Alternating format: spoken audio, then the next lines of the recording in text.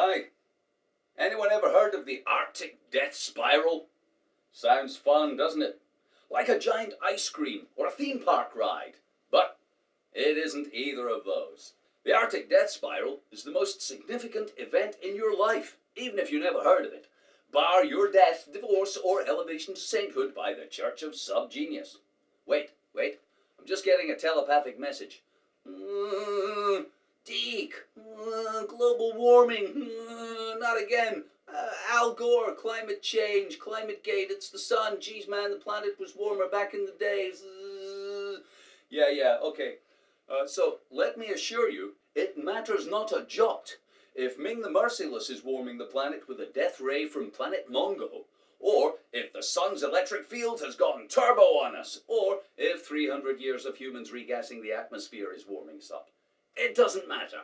The ice at the North Pole is melting. Arctic ice is melting at the fastest rate in human history, and we're using the ominous term death spiral to describe it, because it's very, very bad news, no matter what caused it. Now, normally, some polar ice melts in the summer and winter replenishes it, keeping the total amount of ice in the Arctic relatively stable. But now, ice in the Arctic shrinks all year long, with rapid melt periods in summer. Every year, the total volume of ice in the Arctic gets smaller and smaller.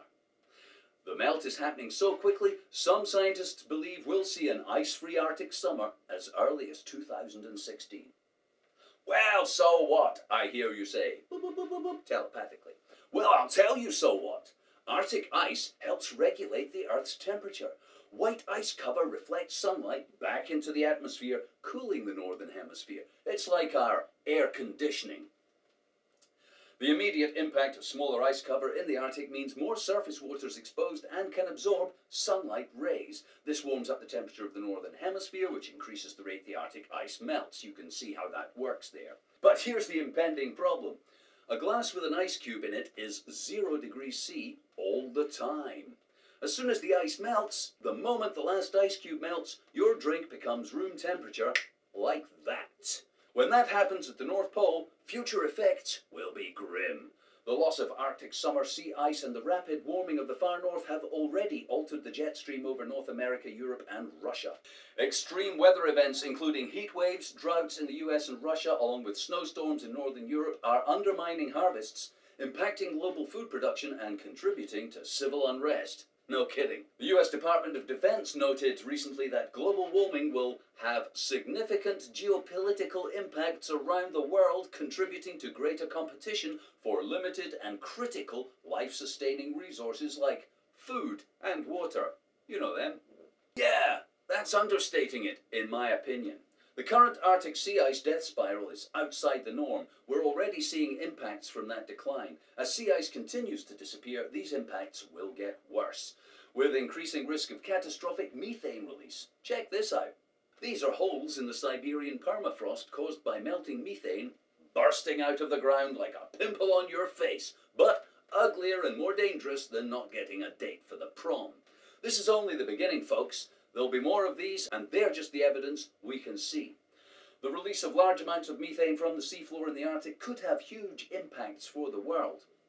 Why am I telling you this? Well, to begin with, I'm looking forward to being a smug bastard who says, "I told you so," in the near future when it becomes apparent that climate change is irreversible and we're all deep in the doo-doo. Also, I'm hoping increased awareness will lead to actual useful action by humanity, and my children might live long enough to have children. But mostly I'm telling you this because it fills my every waking hour.